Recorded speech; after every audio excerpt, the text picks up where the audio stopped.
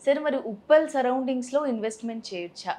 And అక్కడ పర్టిక్యులర్‌గా ఇప్పుడు అపార్ట్‌మెంట్ లాగా బిల్డ్ చేసి కూడా అమ్ముతూ ఉంటారు సార్. అలాగే ఒక హ్మ్. కమ్యూనిటీ గ్రూప్ లాగా కూడా పెట్టి సేల్ చేస్తూ ఉంటారు సార్. మరి అక్కడ ఇన్వెస్ట్ చేయడం కరెక్టా?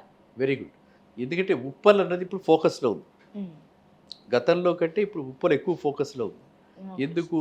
ఇటు ఉప్పలు ఒక రకంగా వరంగల్ హైవేకి, ఓకే. ఇంకోటి మన విజయవాడ హైవేకి అంటే ఎల్బీ నగర్‌కి ఓకే. ఇట్లా వెళ్ళే దారిలో మధ్యన జంక్షన్‌లో ఉంది.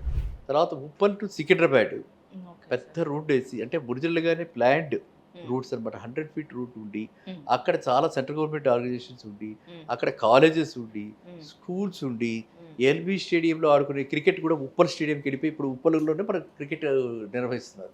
Okay sir. అర్థమైందా? అందువల్ల ఏంటంటే ఉప్పల్ చుట్టుపక్కల పరిసర ప్రాంతాల్లో అండ్ ఉప్పల్ బగాయత్తులో హెచ్ఎండిఏ వాళ్ళు ఓపెన్ లేఅవుట్ ల్యాండ్స్ అంతా తీసుకొని ఆ లేఅవుట్‌గా చేసి దాన్ని అమ్మటం జరిగింది. అక్కడ చాలా స్టాండర్డ్ అలోన్ అపార్ట్మెంట్స్ వస్తున్నాయి. Okay sir. అక్కడి నుంచి మళ్ళా మనకి ఉప్పల్ నుంచి వెళ్తూ ఉంటే పోచారం. ఇప్పుడు వెళ్ళారా వరంగల్ హైవేకి, యాదాద్రికి, యాదగిరిగుట్టకి వెళ్ళాను సార్. వెళ్ళారా? వెళ్ళాను ఆ! సార్. సో, అప్పుడు వెళ్తుంటే ఫస్ట్ మనకి తగిలేది పోచారం అనమాట. Okay sir. ఆ పోచారంలో ఏంటి ఇన్ఫోసిస్ వాళ్ళ పెద్ద క్యాంపస్ ఉంది. మంచి మంచి స్కూల్స్ వచ్చాయన్నమాట. అవన్నీ కూడా మిడిల్ క్లాస్ వాళ్ళకి అఫోర్డబుల్‌గా ఉన్నాయి.